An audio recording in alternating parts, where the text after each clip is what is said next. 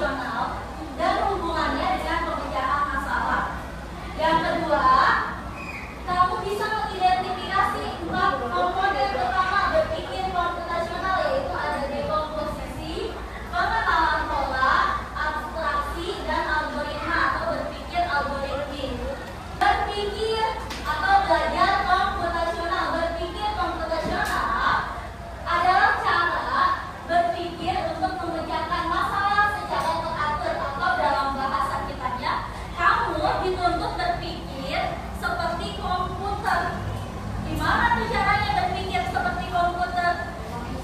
Ya, kamu harus berpikir seperti komputer dengan 4 cara ini, dengan 4 langkahnya. Yang pertama ada dekomposisi, yang kedua ada pengenalan pola, yang ketiga ada abstraksi, dan keempat ada algoritma. Ya, berpikir komputasional, dekomposisi, pengenalan pola, abstraksi, algoritma.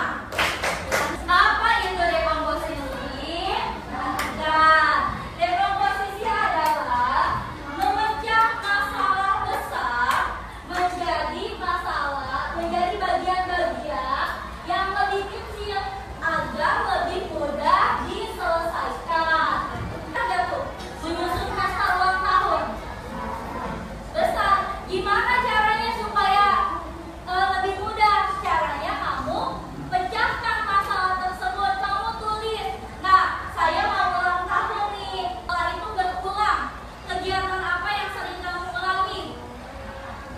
Sekolah, jadwal pelajaran berulang. Apa yang seharusnya muncul setelah ini? Ulang lagi, ini namanya pola. Berulang. Abstraksi ini adalah fokus pada hal yang penting dan mengabaikan hal yang tidak perlu. Fokus sama hal yang penting. Contoh, ketika kamu mau bikin mie instan, kamu nggak usah memikirkan ini lagi bikin mie instan, ini kira-kira yang bikin bumbunya siapa ya? Kira-kira ini saya merebus airnya dari mata air pegunungan mana ya?